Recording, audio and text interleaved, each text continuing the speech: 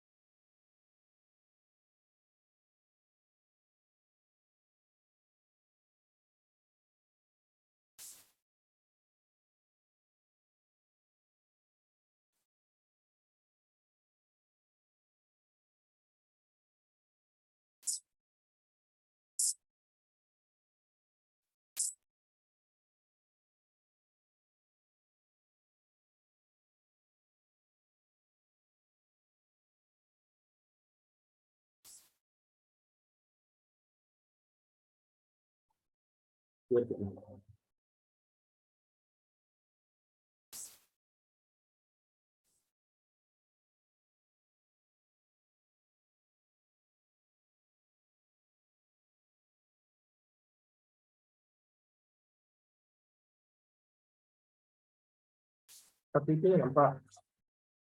Mulai tinggal nampak.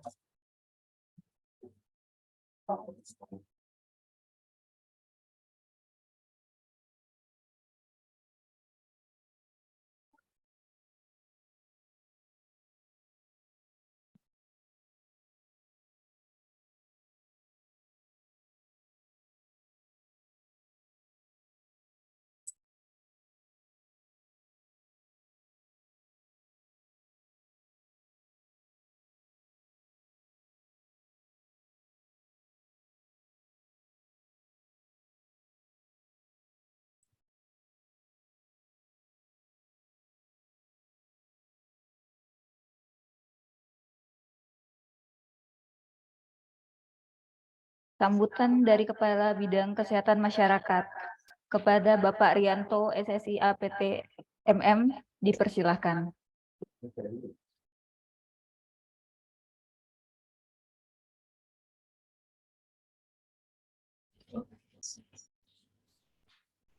Enggak lah, cukup.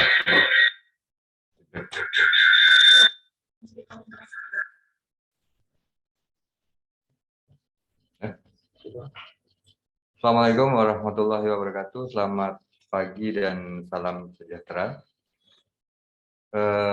Puji dan syukur kita panjatkan kepada Tuhan Yang Maha Esa di pagi yang berbahagia ini. Setelah 2 bulan lebih, hampir 3 bulan, saya jadi Kabid Kesmas bisa berjumpa secara formal dengan teman-teman pengelola gizi di Kesmas Kabupaten Ngawi.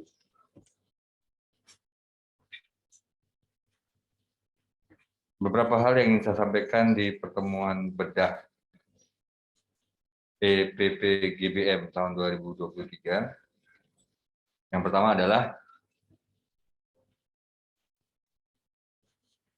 terkait dengan kondisi anggaran yang kita tidak ada, maksudnya tidak ada untuk beberapa kegiatan yang urgen, namun harus dilaksanakan seperti kegiatan di hari ini. Kita laksanakan secara Zoom meeting dan alhamdulillah bisa dilaksanakan dengan baik, saya bersyukur sekali.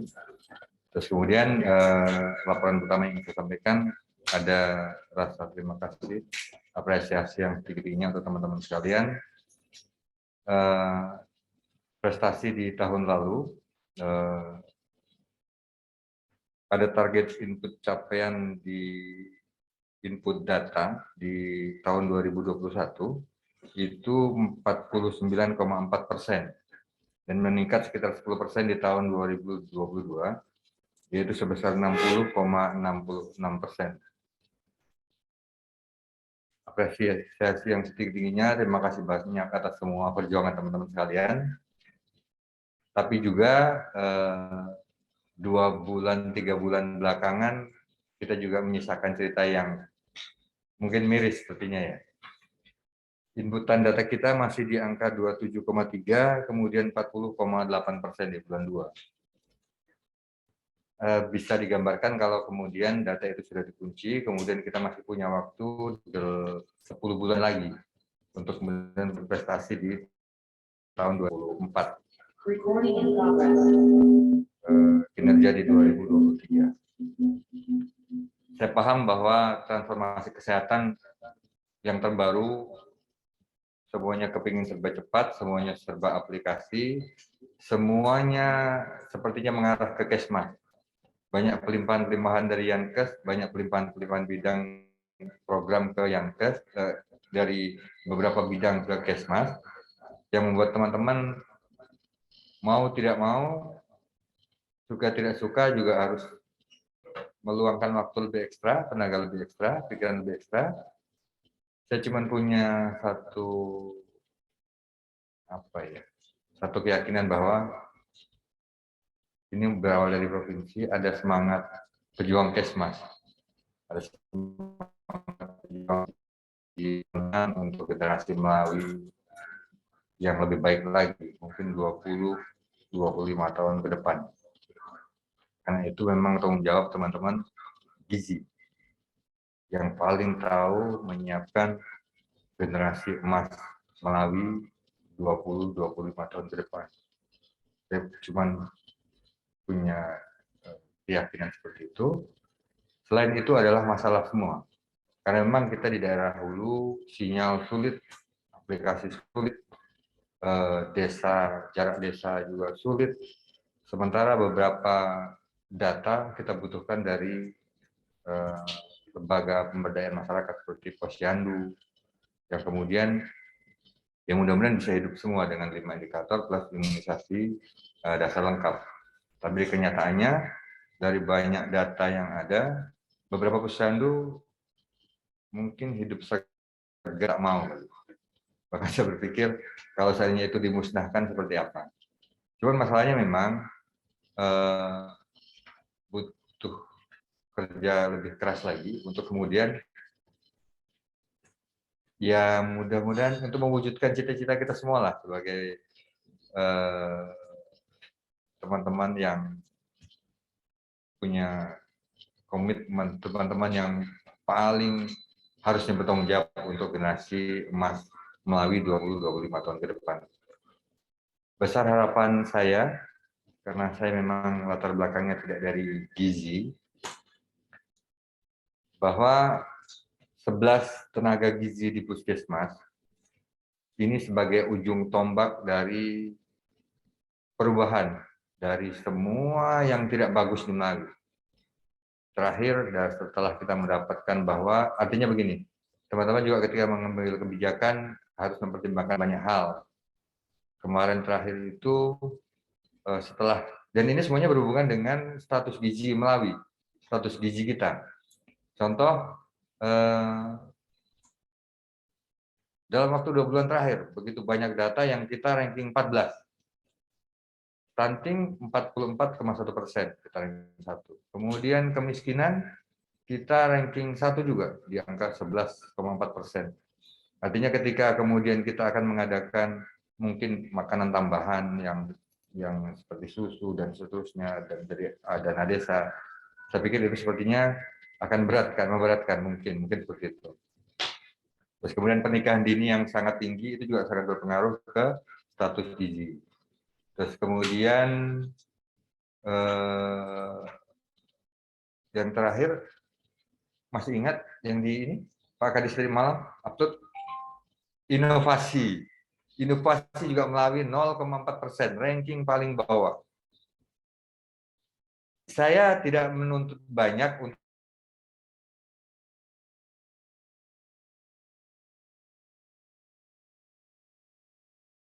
kemudian itu bisa dilaksanakan, dikerjakan di Melawi.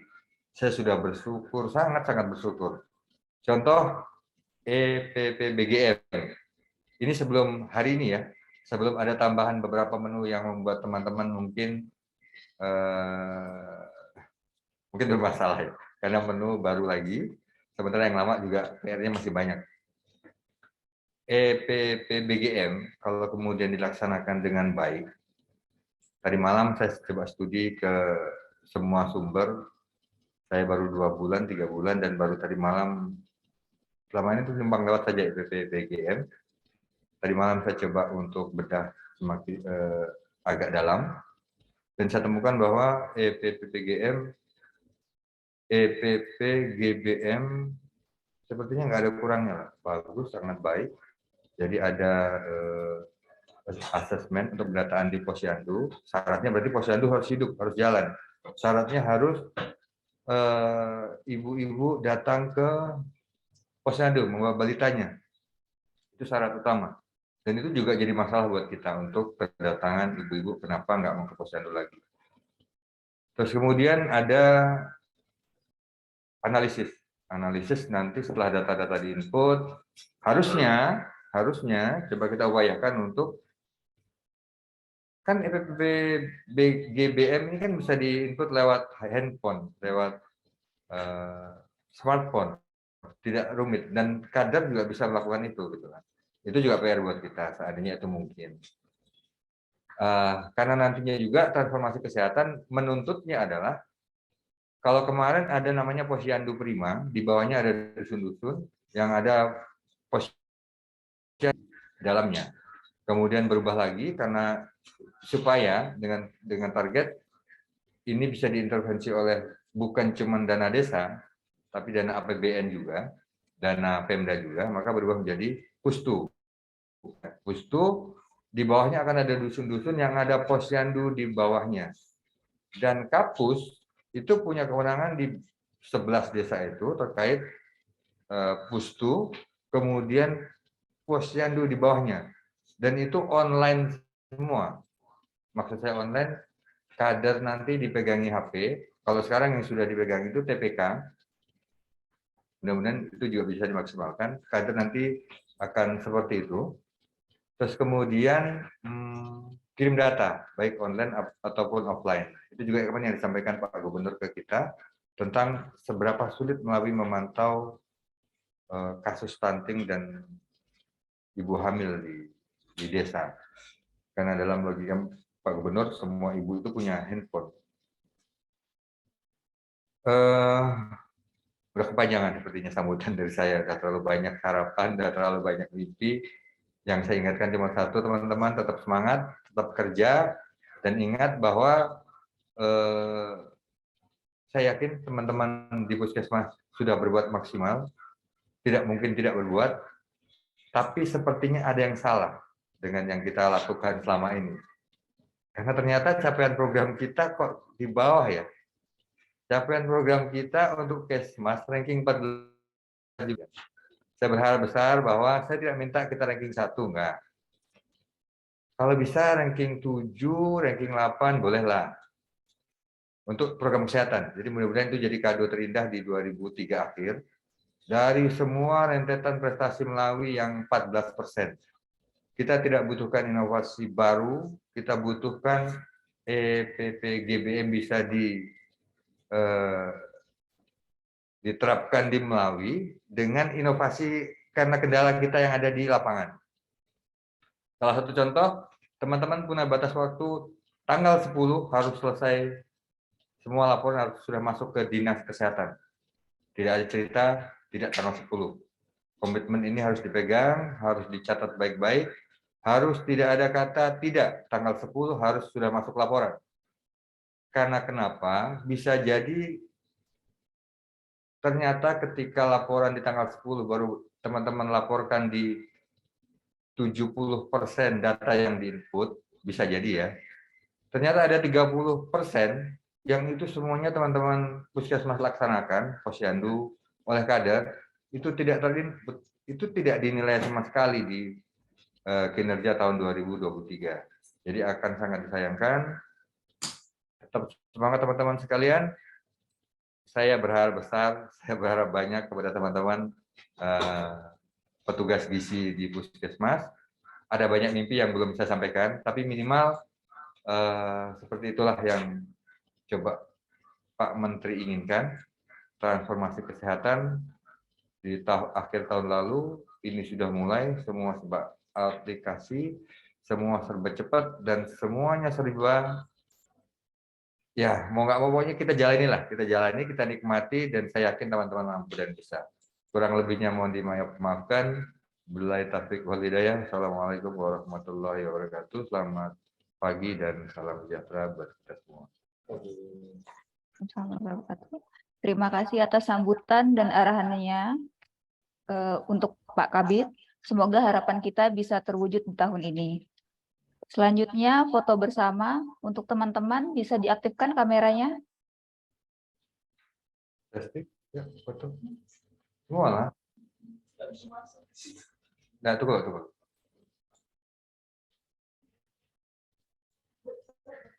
Hah? Ya, teman-teman. Atau saya seperti aja? Hah? Bocor?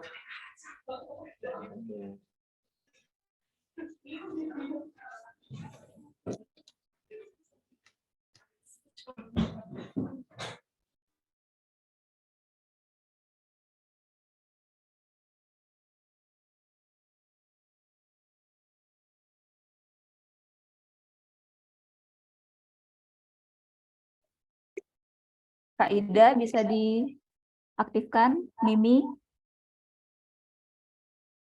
Mimi mana? Oh, udah.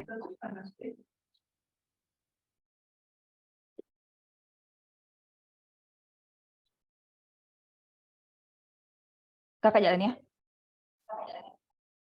1, 2, 3. Oke, sekali lagi. 1, 2, 3. Oke. Terima kasih. Terima kasih Pak Kabit.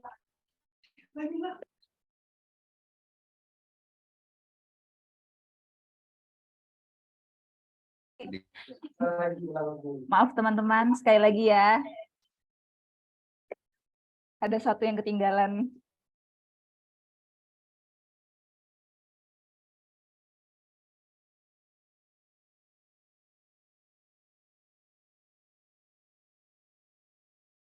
Dea,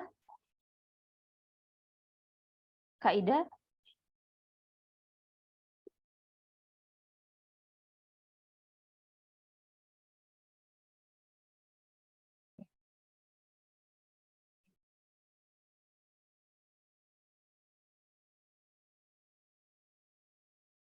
udah ya. 1, 2, 3. Lagi. 1, 2, 3. Oke, terima kasih.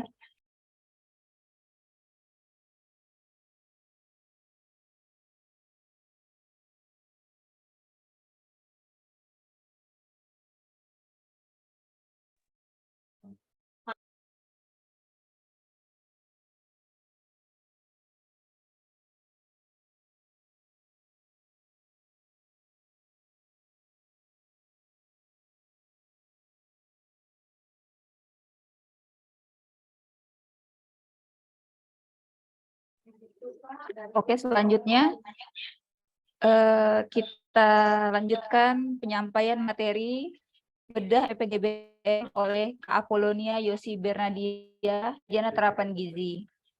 Kepada Kak Apolonia dipersilahkan.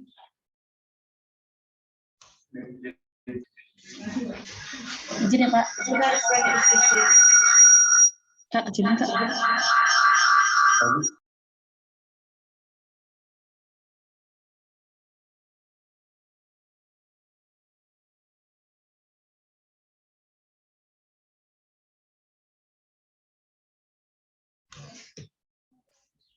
Terima kasih kepada host.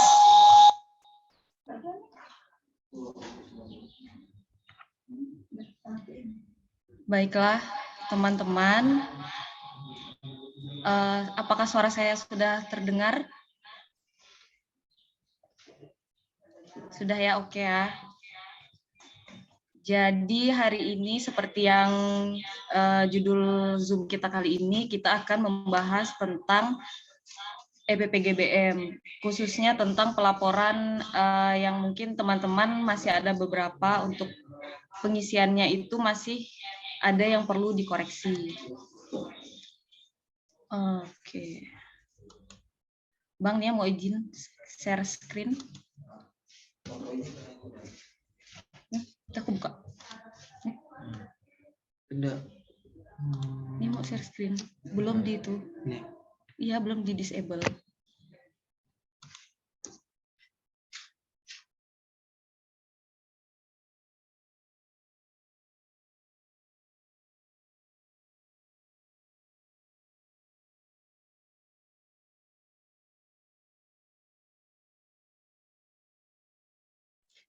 Sebentar ya.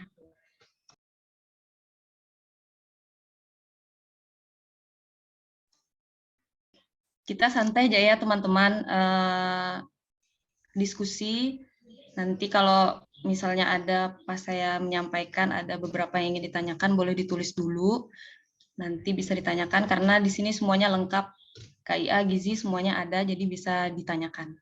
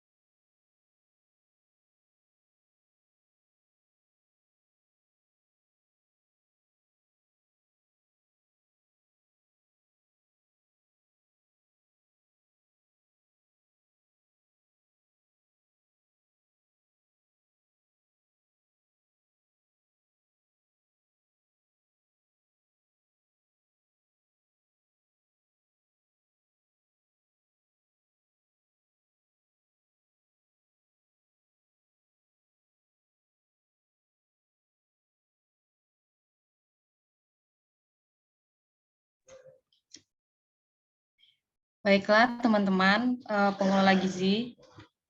Jadi kita akan membahas tentang EPPGBM atau di gizi itu adalah laporan kita dalam bentuk elektronik. Karena seperti yang teman-teman tahu, kalau kita di gizi ini sudah tidak ada laporan manual lagi, melainkan hanya ada laporan elektronik. Ganti enggak slide-nya, Kak?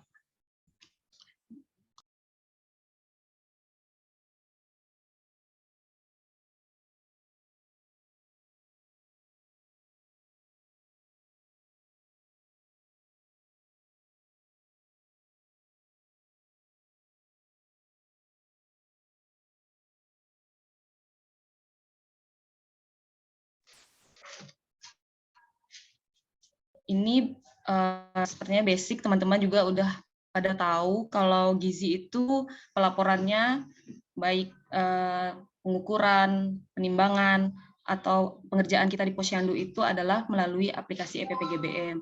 Cuman kita juga mendapatkan koreksi dari provinsi, ada beberapa laporan yang mungkin teman-teman masih penginputannya itu penulisannya masih salah. Nah, yang pertama kita masuk di data sasaran. Data sasaran untuk setiap kecamatan, ini yang saya lihatkan ini adalah data per kecamatannya, itu sudah diinput oleh kabupaten, termasuk untuk data per desanya. Diharapkan untuk teman-teman pengelola gizi bisa diekspor ke Excel, dan juga di-download dan di-print. Karena ada beberapa laporan yang harus menggunakan data sasaran ternyata. Namanya apa nanti akan kita bahas. Selanjutnya ada RPJMN dan Renstra. Ini yang masih ada beberapa dari teman-teman kadang lupa untuk nya, padahal di RPJMN dan Renstra itu ada banyak laporan yang penting. Nah, kalau untuk laporan RPJMN dan Renstra ini kebanyakan itu adalah dalam bentuk penarikan, jadi sudah menggunakan loop kecuali ibu hamil. karena ibu hamil ini kita mengikuti laporan KIA yang harus diisi manual. Nah, jika teman-teman melihat di dalam laporan RPJMN maupun IKG itu ada keterangan sampai bulan ini, itu menandakan dalam bentuk kumulatif, jadi dalam bentuk penjumlahan dari bulan sebelumnya. Biasanya untuk bulan Januari itu masih aman, tapi nanti di bulan Februari jadi pertanyaan, karena biasanya kadang ada yang menurun. Karena kalau misalnya kumulatif itu kan seharusnya itu datanya itu meningkat. Nah, selanjutnya untuk data gizi buruk. Data gizi buruk juga masih banyak yang salah, karena masih ada beberapa teman-teman yang mungkin mengisinya itu melakukan pengulangan data. Jadi, tapi untuk di RPJMN ini, gizi buruk yang ada itu ditarik menggunakan loop. Nah, untuk pelacakannya sendiri itu bisa melakukannya itu melalui tindakan yang dilakukan teman-teman di entrian itu ada menu tindakan ataupun lewat lonceng wasting, tapi sangat disarankan pengerjaannya itu melalui lonceng wasting yang BB per TB-nya itu di bawah -3. Nah, ini adalah lonceng wasting dan juga menu tindakan yang ada di pengentrian tiap bulannya. Tapi kebanyakan teman-teman juga seperti yang dilihat ini untuk data kabupaten ada 1.000 lebih, hampir 2.000 data wasting yang belum dilakukan pengerjaannya atau dilakukan tindakan. Sementara setiap bulannya dilakukan penimbangan jika di bayi tersebut, entah itu masalah dari human error ataupun memang bayi tersebut ada masalah, tapi tidak dilakukan tindakan, otomatis balita wastingnya akan terus bertambah di lonceng. Karena itu sebagai pengingat kita, kalau ternyata ini ada masalah di balitanya. Nah, ini seperti yang bisa dilihat, bahkan ada puskesmas yang sampai 100 lebih, ini sebenarnya tergantung jumlah entrian balita dari teman-temannya sendiri. Ngentri, semakin banyak entrian, semakin banyak balita yang bermasalah, semakin banyak diingatkan di lonceng. Balita, ibu hamil juga ada semuanya di sini. Nah, lanjut, untuk RPJMN dan Renstra di menu upload rencana kegiatan juga masih belum banyak yang mengupload, tapi saya lihat sudah ada beberapa teman-teman puskesmas yang kemarin saya minta untuk upload, ada yang mengupload. Ini juga menjadi concern dari provinsi karena masih banyak puskesmas di kabupaten kota yang belum mengupload rencana kegiatan. Misalnya teman-teman, ini kan uploadnya setiap triwulan. Kalau misalnya teman-teman tidak punya rencana kegiatan yang dibagi per 3 bulan, itu bisa RKA-nya dimasukkan. RKA itu kan sudah dalam bentuk setahun. Jadi nanti setiap bulan Januari, bulan Maret, dan selanjutnya itu setiap 3 bulan boleh diupload RKA yang sama. Yang penting datanya itu terisi. Nah, ini juga tentang IKG 2023. Jadi pengisian indikator kerja bukan lagi di indikator kinerja gizi, melainkan sudah di IKG 2023. Seperti yang diingatkan oleh Pak Kabid juga, data kita paling lambat setiap bulannya itu tanggal 10 ditutup data, tapi kalau misalnya teman-teman ada kendala pengisian data ataupun ada kendala di sinyal, boleh dikonfirmasi ke saya. Kalau misalnya ada puskesmas yang bermasalah di datanya, pas saya cek, biasanya saya konfirmasi ulang. Boleh dikonfirmasi ke saya, ke Bang Tompo, atau ke teman-teman KIA Gizi yang lain, kalau misalnya ada masalah. Jadi nanti langsung kita coba selesaikan sama-sama. Kemarin, seperti contohnya Tiong Kranji, itu datanya masih saya tunggu sampai malam. Jadi kalau misalnya teman-teman ada data yang bermasalah, boleh dikonfirmasi ke saya, nanti saya coba tunggu untuk pengerjaannya. Tapi sangat disarankan untuk setiap tanggal 10. Lalu ini juga data IKG yang saya bilang tadi untuk gizi buruk, masih banyak yang salah. Kenapa? Karena kebanyakan data gizi buruk yang teman-teman upload itu kemungkinan itu adalah data pengulangan. Jadi misalnya nama si A ada di bulan Januari, di bulan Februari ada si A lagi, masih dihitung. Jadi contohnya itu misalnya untuk pengerjaan data gizi buruk itu diambil dari RPJMN. Dari RPJMN itu ada jumlah anak misalnya yang dapat gizi buruk, misalnya ada 10 anak. Nah, dari 10 anak tersebut dicek lagi di lonceng hosting ataupun di laporan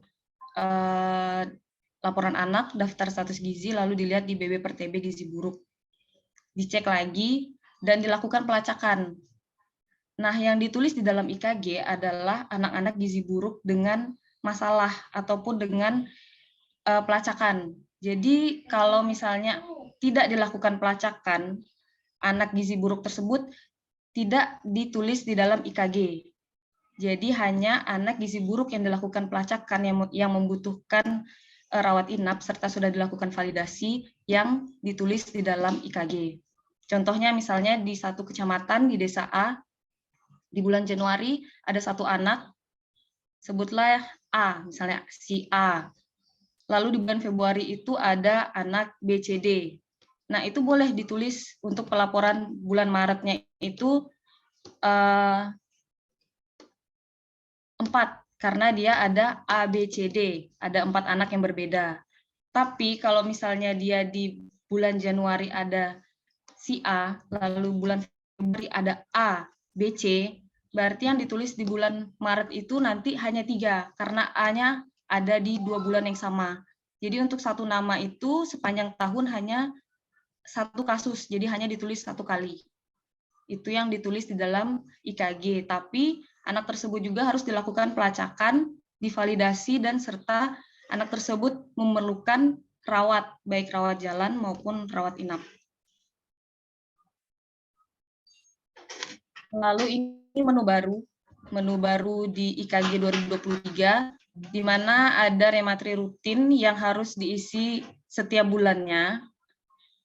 Dan kemarin saya sudah minta untuk diperbaiki, ternyata setelah kita konfirmasi ke provinsi, pengerjaannya itu seperti ini. Jadi untuk jumlah rematri kelas 7 maupun kelas 10 itu adalah data real dari siswa yang ada di situ, siswa rematrinya, siswa putrinya. Jadi yang kemarin teman-teman udah berikan ke kita untuk data HB itu bisa dimasukkan. Jadi ini bisa dilihat contohnya untuk jumlah siswi di bulan Januari itu di satu kecamatan di sekolah ABCD itu ada 100. Ada 100 anak. Dan di bulan Februari kembali ada 100. Kenapa? Karena kemungkinan untuk dari Januari ke Februari anak itu tidak keluar ataupun masuk di dalam sekolah biasanya kemungkinannya kecil. Jadi nanti biasanya berubah itu ketika bulan penerimaan siswa baru, karena yang kelas 7 ini naik kelas. Itu baru biasanya berubah. Biasanya dari Januari, Februari, Mei, Juni itu siswanya itu sama. Jadi nanti teman-teman bisa masukkan data yang sudah diberikan kepada kita itu kan jumlah realnya. Jadi nanti bisa diedit. Per desanya itulah jumlah siswinya, jumlah rematrinya. Jadi tidak berkurang. Kalau dilihat dari laporan yang teman-teman berikan itu kan dari Januari ke Februari jumlahnya berkurang. Sementara harusnya ini tetap karena ini data real. Tapi berbeda dengan jumlah screening anemianya. Karena tiap bulan itu tidak dilakukan screening biasanya, tapi saya lihat di bulan Februari kemarin ada beberapa puskesmas yang melakukan screening itu dengan dana puskesmas sepertinya ataupun dana desa itu bisa dimasukkan, tapi dengan syarat dalam bentuk kumulatif. Jadi misalnya di bulan Januari itu di sekolah A itu ada 2 yang dilakukan screening anemia, ada 2 siswa dari 10 siswa misalnya. Nah, di bulan Februari ada 5. Jadi yang ditulis di bulan Februari itu nanti 7, karena ada penambahan 5. Oke. Lalu untuk TTD rematri. Nah, TTD rematri ini kan pengisiannya setiap 3 bulan sekali. Ini juga masih mendapatkan kesalahan. Mungkin salah satu faktornya kenapa TTD rematri kita untuk Kabupaten Melawi itu datanya sangat rendah, karena ada ketidaksinambungan antara TW 1, 2, 3, 4 pengisiannya. Jadi untuk pengisian data rematri itu, ini contoh, yang di atas ini adalah contoh data TTD yang dimiliki petugas gizi di puskesmas. Lalu yang di bawahnya adalah contoh untuk pengisian di IKG. Misalnya di desa A, itu yang minum ataupun yang mendapatkan TTD di TW1 itu ada 100 rematri yang mendapatkan TTD lebih daripada 13 tablet. Nah, di TW1 dimasukkan di 100. Biasanya TW1 masih aman karena dia pertama kali isi. Nanti di TW kedua, di desa A ada yang minum 26 tablet itu ada 50 rematri. Yang ditulis di dalam IKG, yang 100 kemarin yang di TW1 itu tetap dimasukkan di TW2, tetapi dimasukkannya di 13 sampai 25 tablet mengikuti yang di TW1. TW1 kan lebih daripada 13 tablet. Berarti yang di TW2 nanti dimasukkan di 100 di 13 sampai 25 tablet. Di TW3 ada lagi penambahan untuk 20 ya, data yang kita miliki ada penambahan di 26 sampai 39 tablet itu ada 10 rematri. Di TW2 ada 50. Jadi di TW3 penambahannya jadi 50 rematri. Nah, yang 13 lebih daripada 13 tablet tadi dimasukkan lagi di dalam 1 sampai 25 tablet. Selanjutnya untuk TW4 itu 26 sampai 52 tablet itu ada penambahan 50 rematri. Ada 50 rematri ataupun 50 rematri yang mendapatkan TTD, nanti dimasukkan ditambahkan dengan yang TW3 sebelumnya. Jadi ada 110. Jadi dari TW1, TW2, TW3, TW4 itu jumlahnya meningkat. Kalau yang kita lihat kemarin kan ada yang ininya 100-nya udah tidak dibawa lagi, ditinggal di TW1. Sementara harusnya dimasukkan di TW2. Begitu ya, teman-teman. Lalu untuk IKG Bumil, ini juga masih bingung kemarin soal DO untuk jumlah ibu hamil sampai bulan ini. Jadi kita konfirmasi ulang ke provinsi, seperti yang saya bilang di awal. Jadi data sasaran itu diperlukan di jumlah ibu hamil sampai bulan ini. Jumlah ibu hamil sampai bulan ini adalah data sasaran. Jadi kan tadi udah ada data sasaran per desanya udah ada, bisa dilihat nanti. Jadi cara pengerjaannya untuk ibu hamil itu misalnya di desa A. Jumlah ibu hamil di sasarannya itu ada 20 ibu hamil. Nah, nanti dibuat kolom, ini boleh ditiru, dibuat kolom untuk bulan 1 sampai bulan 12, dibagikan ibu hamilnya di setiap bulan itu, sejumlah 20. Nanti yang ditulis di dalam IKG atau EPPGBM itu, di bulan Januari ada 2, di bulan Februari ada 2, berarti untuk bulan Februari itu kita tulisnya 4. Nah, karena ini untuk bulan Maret, Januari, Februari, Maret ada 6. Kenapa? Karena tadi bisa dilihat lagi jumlah ibu hamil sampai bulan ini. Kalau ada kata-kata sampai bulan ini berarti itu adalah kumulatif. Jadi penambahan bulan sebelumnya. Di bulan Maret berarti kita isi untuk Januari, Februari, Maret, maka jumlahnya didapatkan 6. Nanti di bulan Februari yang diisi itu Januari, Februari ditambahkan jadi 4. Begitupun bulan selanjutnya April, Mei, berarti yang ditambahkan itu dari Januari sampai dengan Mei. Untuk April dari Januari sampai dengan April. Nah, ini untuk catatan di IKG 2023 itu, seperti yang saya bilang tadi, pengisian jumlah ibu hamil itu diambil dari sasaran per desa, dibagi dengan 12 bulan. Lalu untuk pengisian di IKG-nya itu penambahan bulan sebelumnya, karena dalam bentuk kumulatif. Lalu untuk pengisian ibu hamil HB, anemia, KEK, PMT, dan juga TTD itu, dan ibu nifas itu mengikuti laporan KIA. Kembali diingatkan, untuk semua laporan yang ada kata-kata sampai bulan ini adalah dalam bentuk data kumulatif atau penjumlahan dengan bulan sebelumnya. Nah, lalu selanjutnya ada penambahan menu aplikasi EPPGBM itu adalah laporan MPASI. Laporan MPASI ini yang mendapatkan MPASI adalah anak usia 6-23 bulan. Ini kalau diisi udah tinggal ditarik dengan loop. Cuma mungkin teman-teman masih ada yang belum tahu, dan kita juga baru tahu, cuman ini sudah beberapa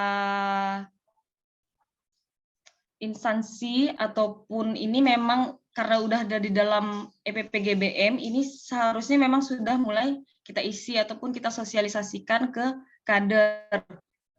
Nah, ini contohnya. Untuk di MPASI itu bisa diambil di menu pengentrian yang ini, yang biru. Jadi nanti di dalamnya itu ada pertanyaan, apakah anak tersebut ASI, apakah makannya ini. Jadi jawabannya itu ya, tidak, ya, tidak. Nah, ini sampai ini, apakah anak frekuensi minimal 3 kali sehari. Nah, itu nanti hanya untuk anak usia 6-23 bulan dengan status gizi yang baik dan tidak menderita sakit.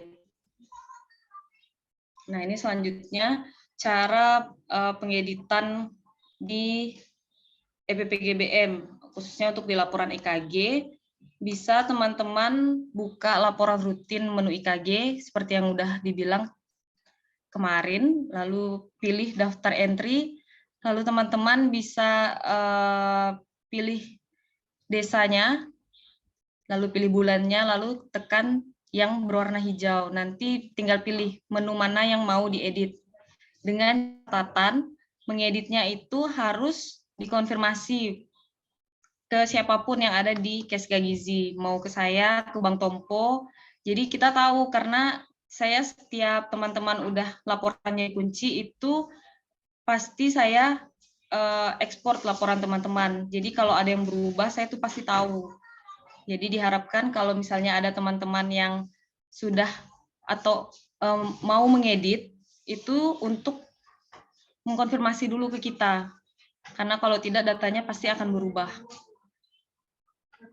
Nah, ini juga hal yang sangat diharapkan untuk teman-teman gizi bisa melakukan feedback ke teman-teman yang ada di Polindes, seperti menyampaikan hasil posyandu itu yang berupa status gizi by address. Jadi teman-teman yang ada di Polindes juga bisa tahu, dan kita pengerjaan loncengnya itu bisa cepat.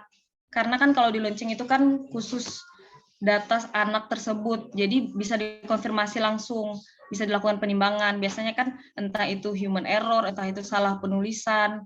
Kalau misalnya setelah kita entry, terus kita lihat di lonceng, ternyata anak tersebut ada masalah, segera kita lakukan feedback ke teman yang ada di Polindes.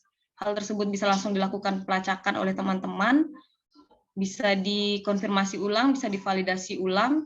Jadi kita lebih cepat melakukan pengisiannya, dan teman-teman yang ada di desa juga bisa mengetahui, oh ternyata setelah dilakukan posyandu kemarin, anak-anak yang bermasalah tuh ini, yang harus didatangi tuh ini, yang harus diukur ulang tuh ini, yang harus dilihat tuh ini, yang harus mendapatkan bantuan ini.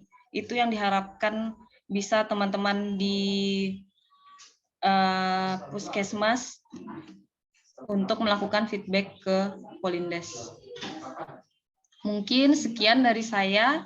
Kalau misalnya ada yang ingin didiskusikan, bisa nanti kita diskusikan bersama di sini.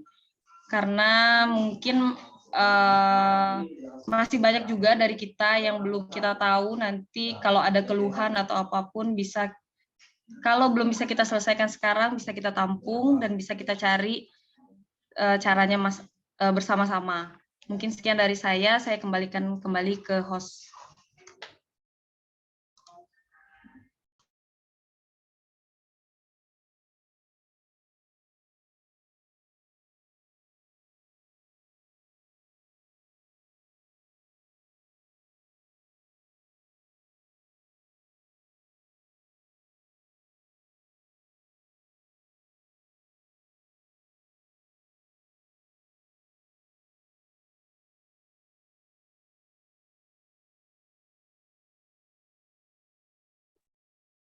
Baiklah.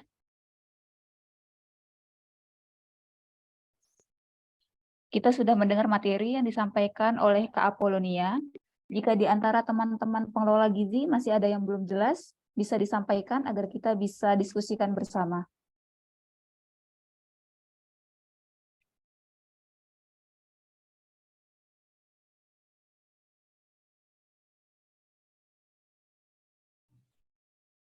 Tes. Oke. Siapa? Bang Lexi kah? Siapa? Udah.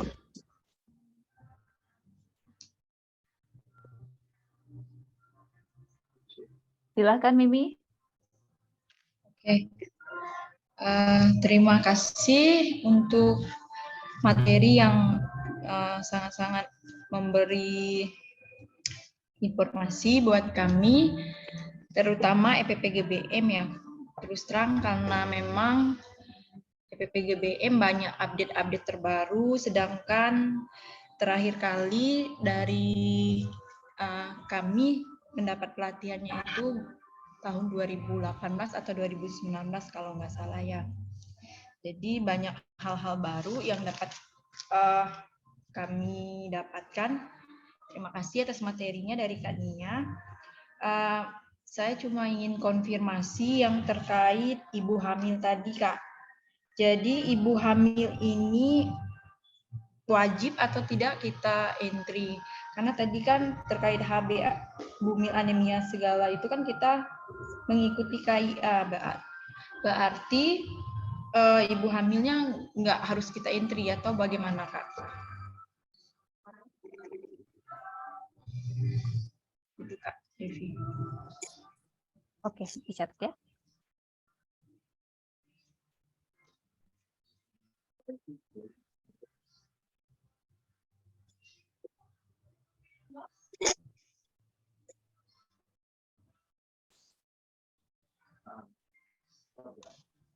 Terima kasih Mimi.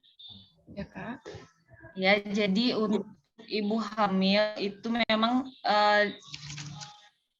untuk data di IKG maupun RPJMN itu memang secara manual. Nah, karena apa? Itu memang kita sesuaikan dengan KIA, tapi diharapkan teman-teman tetap dapat mengentri ibu hamil tersebut. Karena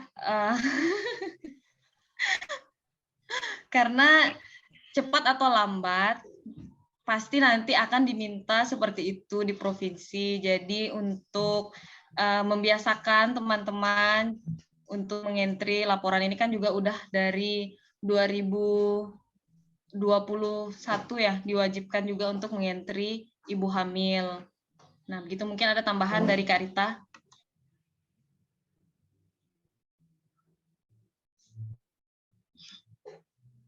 Berat. Oke. Baik, terima kasih untuk kawan-kawan pengelola program Puskesmas.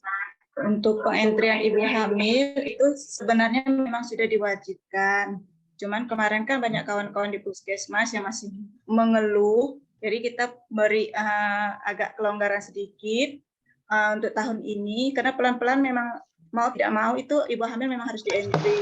Dan catatannya kalau memang mau di-entry berarti semua puskesmas itu meng-entry, tidak bisa satu puskesmas itu meng-entry, puskesmas yang lain itu manual. Jadi dia harus serempak semuanya. Kalau Iya. semuanya entry berarti memang harus di entry. Dan kalau masih mau manual berarti kita punya kesepakatan itu manual gitu. Tapi memang pelan-pelan itu memang mau tidak mau kita memang harus meng-entry untuk kedepannya itu. Oke. Berarti, Jadi mau kawan-kawan tuh mau di entry atau mau masih manual nih? berarti ini kesepakatan bersama aja dulu ya Kak ya. Kalau saya pribadi sih manual saja. Kan biar datanya pun sama dengan KIA gitu. Nanti kalau seandainya di entry data yang di entry itu tidak sesuai dengan KIA, jadi ditanya lagi sama orang yang Ya, itu dia. Kalau memang kita mau meng-entry, berarti harus disesuaikan semua data yang ada di KIA itu kita entry semua. Misalnya sasaran Ya. atau ibu hamil yang ada di KIA 10, semuanya harus kita entry 10. Dan itu tidak boleh telat juga. Kalau memang telat kita meng-entry, berarti otomatis dia nanti masuk ke NIPAS dan tidak terbaca lagi di entrian ibu hamil. Gitu. Ya. Jadi untuk tahun ini kita masih kasih kelonggaran untuk semuanya masih manual. Ya, Tapi berarti memang tidak menutup manual. kemungkinan memang harus seperti bayi balita. Semuanya harus di entry by name by address. Iya Kak, karena kalau dari saya pribadi lah, nggak tahu teman-temannya, karena ibu hamilnya masih bisa dikesampingkan, jadi maunya biar kita fokusnya ke data balita saja. Bagaimana yang lain bersuara lah, hei kalian di mana? Yang sopan mana nih Kota Baru, Ulak Muin? Oke, untuk sekarang memang kita fokuskan ke bayi balita, tetapi tolong dong ditingkatkan lagi entriannya karena udah 2 tahun kan, kita 2 tahun 3 tahun ya udah fokuskan ke pengentrian bayi balita. Kayaknya belum ada peningkatan yang gimana gitu dari entrian kita berapa 40% ya Kabupaten Melawi. Nah, harapannya masih ibaratnya mengabaikan ibu hamil, berarti bayi balita itu meningkat pengentriannya. Manual. Gimana teman-teman yang lain? Selamat Manual pagi Kak. untuk Izin. hamil, Sandi, manual Kak. disesuaikan dengan bayi KIA. Cuman itu tadi yang sasaran ibu hamil K1, kalau diperhatikan seperti yang dipaparkan oleh Nia itu sasaran dibagi 12. Jadi didapatlah ibu hamil pada bulan ini dan berikutnya ditambahkan lagi secara kumulatif. Jadi kalau bulan Februari, sasaran dari Januari ditambah bulan Februari, dapatlah jumlah ibu hamil bulan ini.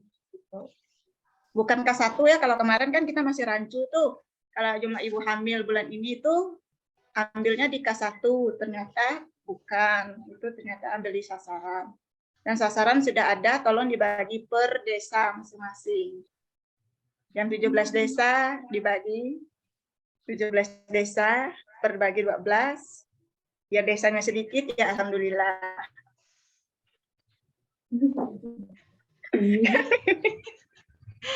Kak, selamat pagi Kak. Mau nanya Kak. Pemuar. Desa Kak. banyak mandi, Ella menukung. Halo, Iya, tes. Lanjut. Tes. Kak dengar Kak? Suandi. Kedengaran Suandi. Itulah Kak, tadi kan termasuk karena Wandi ini juga baru Kak ya. Baru 3 bulan nih lah yang fokusnya ke ngentri. Jadi tadi tuh yang Kakak bilang tuh Wandi tuh udah berusaha gitu. Minta segala nik tuh, terutama nik tuh. Udah sampai ke hapus bilang ke orang pustu tuh. Pokoknya lengkapin nik tuh saja memang nggak lengkap lah Kak. Dikit, mana lah mau di entry gitu kan. Belum lagi nanti kemarin baru pulang dari Balai Agus tuh di sana musim hujan jadi mereka yang pergi posyandu tuh sedikit, Kak. Contohnya kayak Nangapau tuh hanya 18 orang. Kemarin yang pergi, itu pun belum tentu lengkap semua tuh, NIK-nya tuh. Itu pertama, yang kedua kemarin sempat di Balai Agas tuh udah jadi 4 posyandu mereka.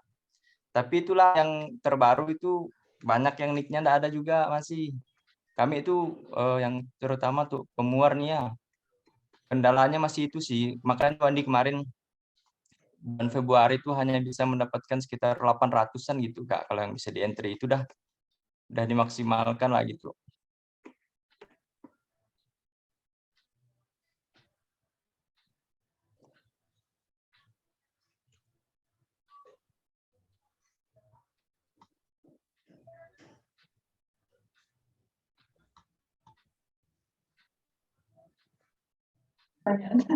Oke, lanjutkan. Kalau ada yang pengen tanyakan lagi, udah ke Suwandi? Udah, Bang. Udah itu aja. Oke, silakan yang lain kawan-kawan. Wila tadi tuh.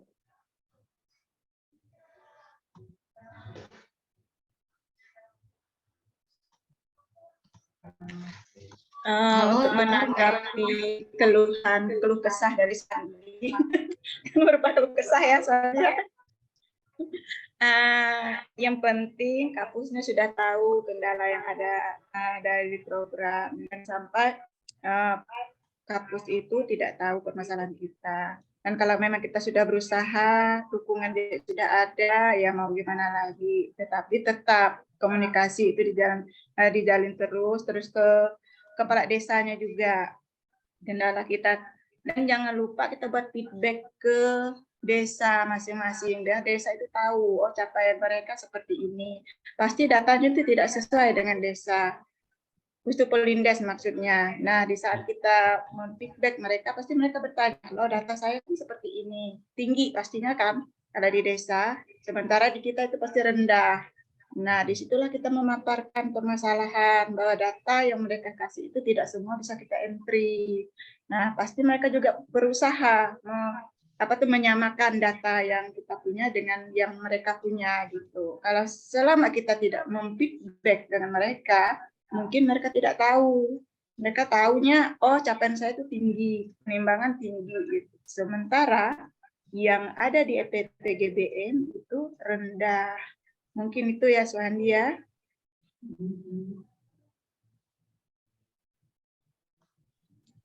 Kak, mau nanya, untuk remaja putri itu nanti di entry juga Kak per by nempel address-nya?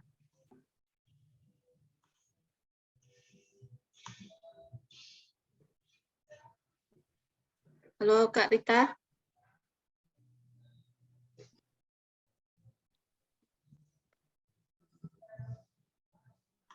Oke, Dwi. Mungkin Nia yang atau kawan-kawan yang lain bisa menjawab karena berbagi tugas. Ya Nia ya jawabnya. Dwi. Ya, untuk Mbak Dwi, diharapkan ya Mbak itu tetap dapat di entry. Jadi kita tahu gambaran. Jadi jangan hanya ada angka gitu. Jadi kita juga tahu, oh ternyata memang orangnya itu ada. Jadi nanti datanya itu tidak mengada-ngada, memang ada by name by address-nya. Segitulah jumlah putrinya gitu. Ya kayak. Kan nanti kan kita kan kasih form. Kalau bisa sih bilang sama sekolahnya itu datanya itu memang lengkap. Jadi nanti ngentry-nya kan juga enak. Itu sih kalau dari Nia sih itu. Kalau bisa tetap di entry. Menambahkan sedikit ya Dwi ya, kalau untuk pengentrian remaja putri memang dari tahun kemarin kita sudah mengharapkan kawan-kawan semua untuk mengentry by name by address di FPPGBM, dan malah kita juga menawarkan untuk membantu pengentriannya di FPPGBM itu agar semua remaja putri yang kita screening, kita data ada yang di wilayah kita tuh ya benar tercatat semua, tidak hanya sebatas angka loh misalnya bulan ini 50. Nah, 50 itu siapa sih gitu, dan bisa dilihat di entrian PPGBM yang remaja putri gitu ya. Ya jadi untuk puskesmas semua, bukan hanya mendukung rematri itu juga harus di-entry. Gitu. Oke lah, Kak. Halo, Kak Rita.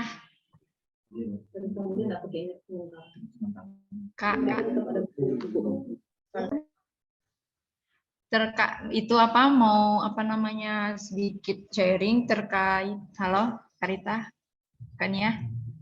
Ya, dengar nih. Ya, jadi terkait remaja putri ini Kak, kemarin kan kami udah melaksanakan cek HB, cuman yang kelas 10 SMA SMK memang belum kami kejar karena kemarin kendalanya itu kami turun lapangan juga, terus dari akhir bulan 3 itu kan mereka udah sibuk mau ujian, jadi gurunya itu minta untuk awal bulan 4 ini. Nah, dari beberapa sekolah itu mungkin memang nggak semua gitu ya. Ada 2 atau 3 sekolah yang SMP, ketika kami datang ke sana terus meminta data gitu ya, terkait ini binem segala, ada yang bilang ngomongnya kayak gini, ada dompet, ada uang itu enggak? Mereka bilang ada uang saku, amplop enggak untuk datanya gitu. Jadi kami bilang ini bukan untuk apa namanya, bukan untuk data mereka. Jadi pemikiran mereka itu mungkin ya kayak ketika kita meminta data itu apa namanya duit gitu untuk kita mengeluarkan uang gitu Kak, itu mungkin ya gitu. Nah jadi maunya kita itu berarti mereka itu nggak tahu gitu, nggak tahu atau memang nggak sadar akan lintas sektor yang terkait stunting gitu Kak. Jadi ada beberapa apa namanya sekolah yang memang data dapodiknya itu kayaknya memang dirahasiakan atau memang keberatan mereka ngasihnya tuh Kak. Jadi gimana ya, itu berat sekali gitu Kak, kami jelaskannya tuh mereka jadi apa ya, pokoknya berat lah intinya mereka ngasih data tuh. Jadi mikirnya itu aneh. Jadi saya pikir orang-orang sekolah itu nggak ngerti, maksudnya nggak ngerti atau belum tahu tupoksi mereka terkait stunting ini. Kebetulan apa namanya desa itu di daerah Pak Wakil. Nah, jadi yang petugas kesehatannya itu yang bilang ke saya, terus kebetulan gitu ya, petugas kesehatannya itu masih ada ikatan keluarga dengan Pak Wakil. Lalu saya bilang, ya coba diskusi sama Pak Wakil lah, kalau memang seperti itu gitu. Karena kan Pak Wakil ketua stunting ya gitu. Jadi biar bagaimana dia ngomongnya gitu. Karena jadi anggapannya lain gitu Kak, kita minta data data itu. Itu aja sih Kak. Kak, sekalian mau sharing Kak Rita. Tidak apa-apa, sharing semua. Boleh. Sekalian sharing. Iya Kak. Ya, Lanjut Bang. Ini Kak, salah satu sekolah juga di Belim.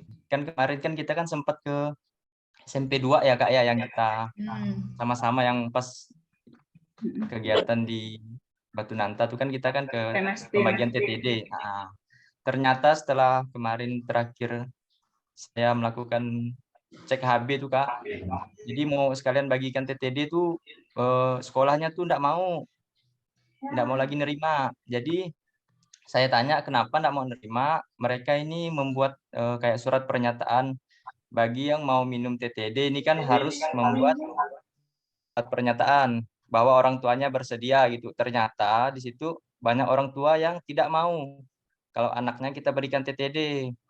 Sudah saya berikan informasi kepada kepala sekolahnya kalau ini kan program nasional, memang minum TTD ini kan tidak ada pengaruhnya, maksudnya tidak ada pengaruh ke bahwa anak tuh jadi lemah atau apa itu, sampai sekolahnya bilang ya udahlah sekolah kami tidak usah dikasih TTD. Sedangkan kita kemarin kan malahan kepala sekolahnya mau bikin MOU ya Kak. Nah jadi salah satunya itu sekolah yang mungkin di Belimbing tuh tidak dapat TTD Kak. Apakah mereka harus membuat surat pernyataannya, Kak, untuk menolaknya?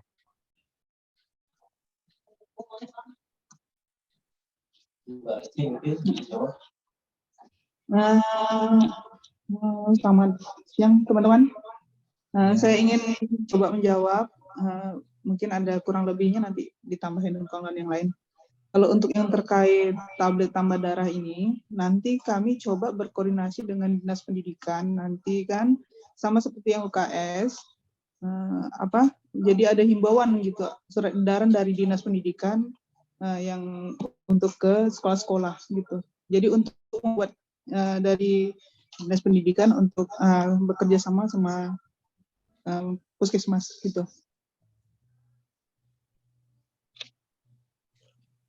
Siap, Ibu. Gitu ya. Ya, siap, Ibu.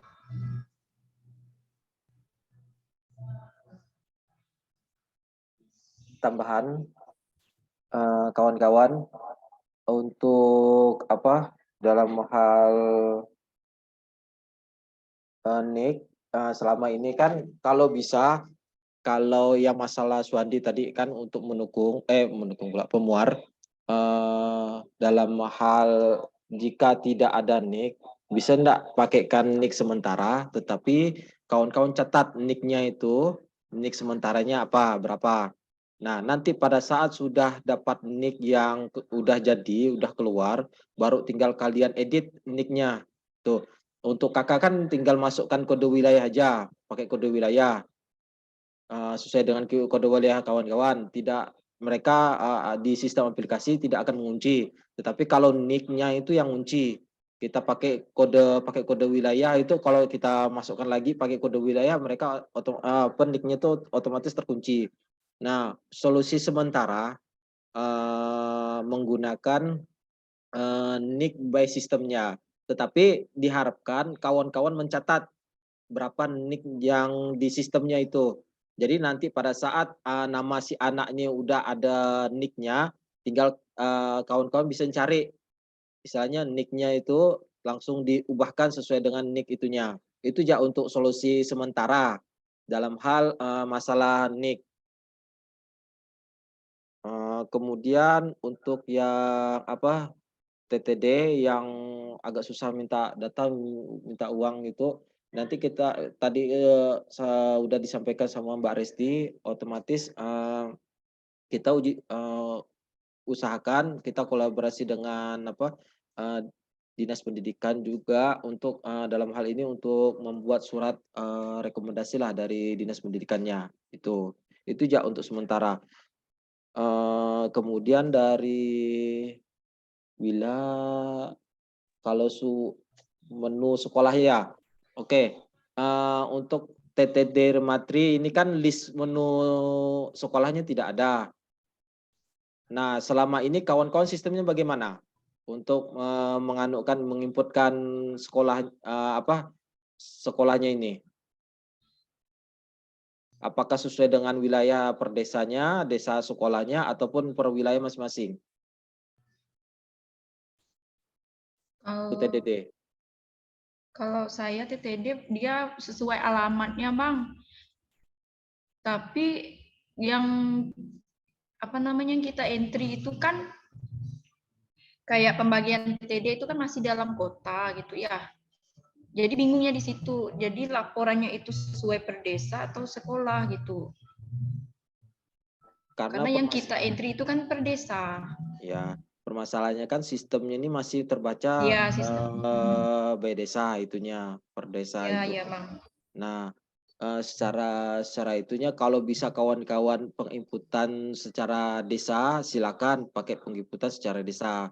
Tetapi kalau tidak bisa, tidak ada datanya per desa, otomatis kalian arahkan saja langsung ke sekolahnya masuk di desa mana itu untuk sementara. Tetapi kan kawan-kawan pegang data manualnya per by name itu si anak tuh ada di wilayah mana itu. Begitu. Oh, oke. Yang penting ada kawan-kawan membuat buku bantu dalam hal data awalnya, begitu. Jadi nanti pada saat uji petik juga kan kawan-kawan enak dalam hal mencari data tersebut. Masalahnya kemarin kita rapat dengan di ruangan kepala dinas, itu udah disampaikan bagian keuangan. Sekarang ini yang BPKP itu meriksa otomatis langsung ke puskesmas.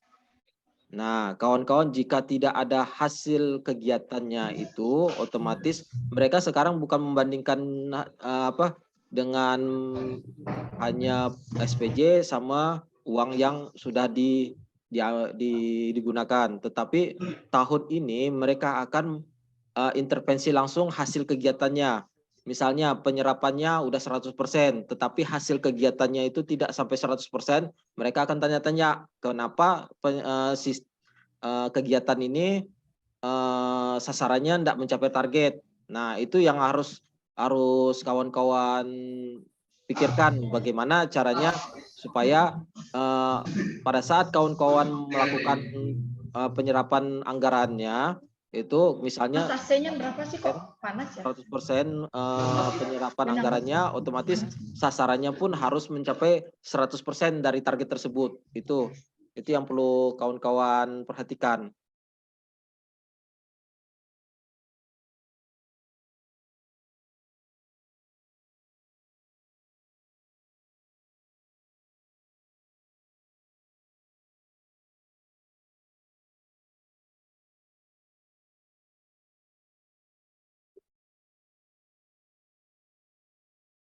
Oke, masih ada teman-teman yang belum jelas?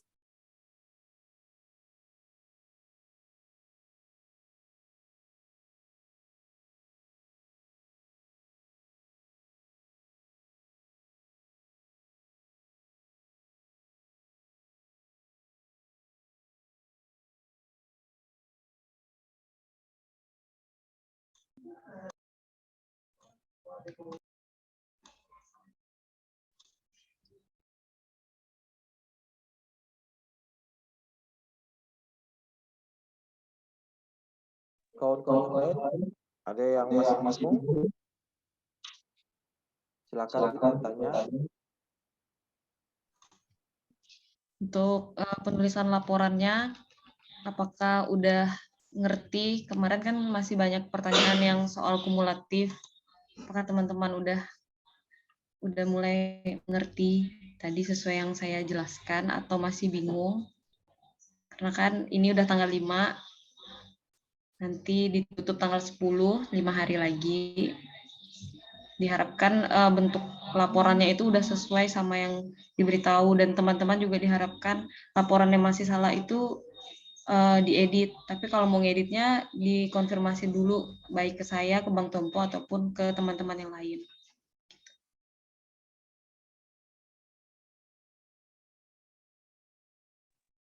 Kak, saya nanya ya. Boleh. Ya, berkaitan saya kembali ke TTD Ibu Hamil tadi ya, Kak. Jadi kalau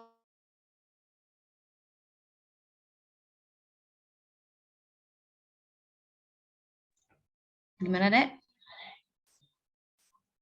Hilang suaranya? yang mendapat TTD 90. Nah, ini jadi PR kita dari tahun-tahun lalu.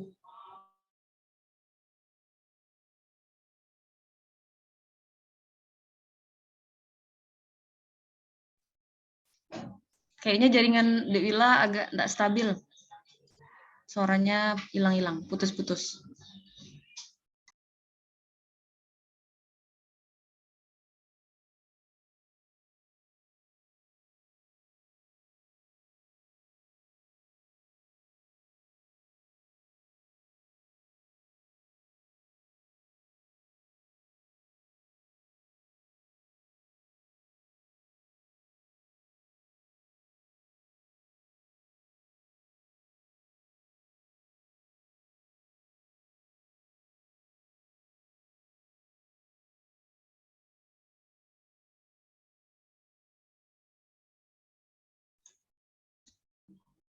Oke, gimana? Bila?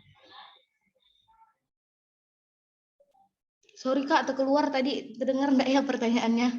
Ya, dimaafkan.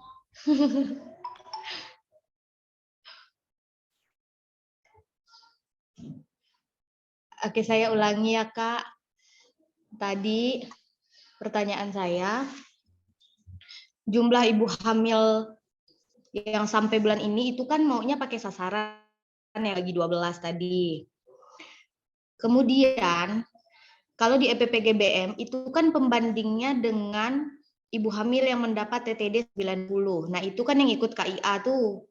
Jadi pasti persenannya akan berbeda, Kak. Akan ada yang tinggi, bahkan lebih dari 100%. Itu yang buat di EPPGBM tuh jadinya merah. Dan ini juga udah dari tahun lalu diterapkan ya, karena dari Januari sampai Desember itu kan dibagi 12. Nah, ini juga kami berarti harus mengedit dari Januari nih kalau misalnya diminta yang baru kan sesuai sasaran pembagian, berarti kami harus edit dari Januari. Nah, itu gimana Kak? Apakah udah sepakat? Persenannya besar, enggak apa-apa atau bagaimana? Iya, Dek. Jadi kan kemarin ini juga kita udah konfirmasi ulang ke provinsi, memang untuk DO-nya itu jumlah ibu hamilnya mengikuti sasaran yang dibagi 12. Per desanya itu dibagi 12 bulan, lalu setiap bulannya itu dalam bentuk kumulatif. Nanti kalau pembandingnya kan di data KIA itu FE3 ya, FE3 ya. Walaupun nanti persenannya besar, berarti memang ditulislah seperti itu. Memang itulah datanya yang ada. Jadi, tapi nanti kan kalau misalnya kita ditanya, kita udah tahu penjelasannya. Ini dapatnya segini dari mana? Dari sasaran dibandingkan dengan data KIA yang FE3 gitu. Jadi tetap nanti kita edit dari bulan 1, bulan Februari, dan ini khususnya untuk bulan 3, semoga tidak ada kesalahan. Data jumlah sasaran ibu hamil sampai bulan ini itu mengikuti jumlah sasaran yang udah di-entry oleh kabupaten, lalu pembandingnya itu 90 tablet itu FE3 milik KIA. Gitu. Gimana, Dewila? Teman-teman yang lain? Oke, Kak.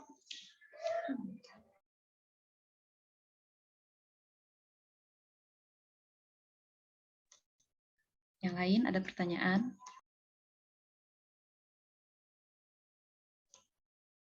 PPT-nya udah saya share di grup, mungkin bisa dibaca. Kalau misalnya masih ada yang bingung, bisa ditanyakan mumpung masih ada waktu. Kita sampai jam 5 sore.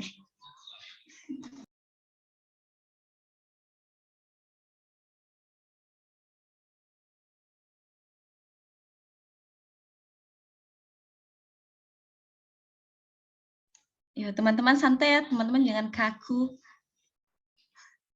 Ayo, ada yang ingin ditanyakan lagi?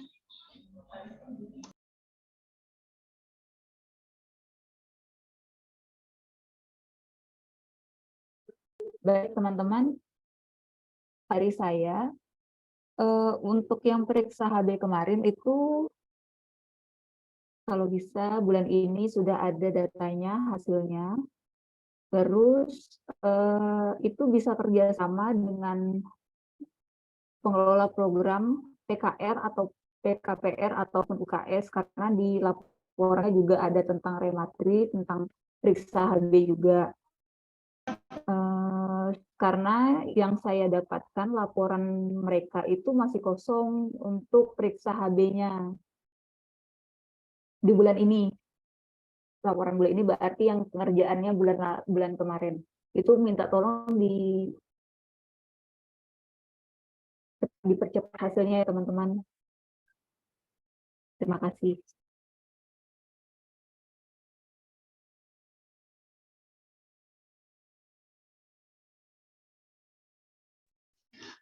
Kak, saya mau tanya yang TTD rematri lagi ya. Oke. Oke, jadi kalau misalnya di dalam EPPGBM ini kan, dia menanyakan dan fokusnya di kelas 7 dan kelas 10.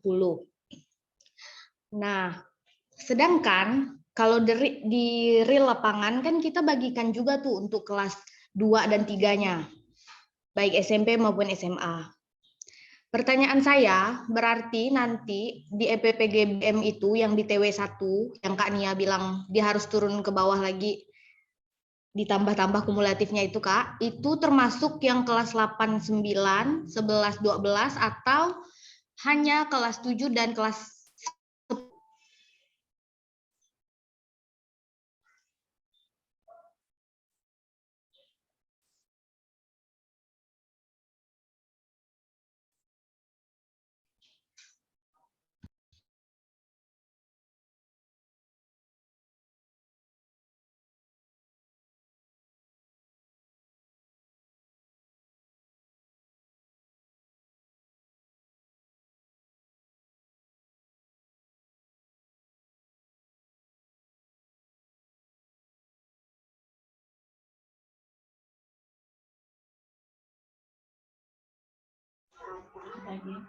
Nah, ini dia ya Dewila. Untuk IKG yang rematri rutin itu kan adalah jumlah, kalau jumlah rematrinya itu jumlah yang akan dilakukan screening. Jadi jumlah data real yang kemarin data HB itu bisa dimasukkan di data rematri rutin. Sedangkan untuk yang rematri TTD itu dari kelas 7 sampai dengan kelas 12. Jadi dari SMP, SMA itu dimasukkan semua sesuai dengan desanya. Gitu. Gimana Dek Wila? Apakah menjawab? Oke Kak, berarti dia 2 poin yang berbeda ya. Kalau misalnya yang kelas 7 dan kelas 10 ini dia fokusnya di pemeriksaan HB-nya berarti. Tapi kalau misalnya yang untuk TW1, 2, 3, TTD itu berarti itu mencakup semua siswa. Ya, kalau untuk rematri rutin itu adalah kelas 7-10 karena mereka yang akan dilakukan screening. Makanya nanti akan beda jumlahnya saat kenaikan kelas karena berganti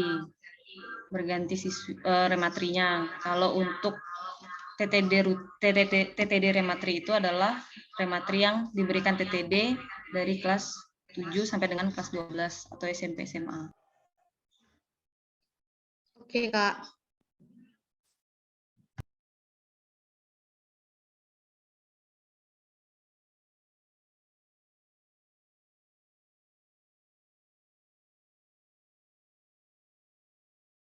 Yang lain ada masukan?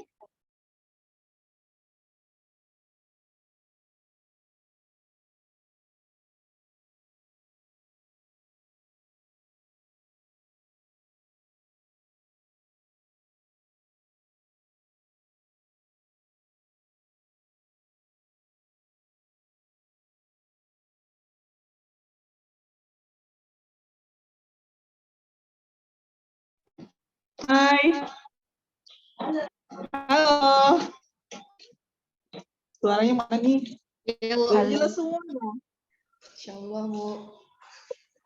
Insya Allah, Bu. Ayo serius. Kalau misalnya ada yang ditanyakan lagi. Boleh. Itu aku.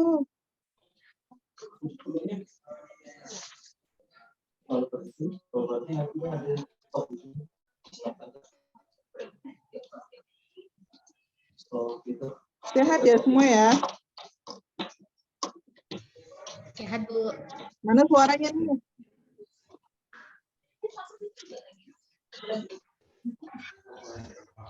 Siap. Kita ngomong sendiri. Sehat, Bu. Sehat, Bu. Teman-teman masih ada? Sehat, Bu. Sudah pada istirahat, teman-teman? Oke, siplah. Kayaknya udah jelas semua nih. Target kita 80% kayaknya nih kan? Tercapai. Kayaknya bisa nih kita absen satu ya. Ayo, KM.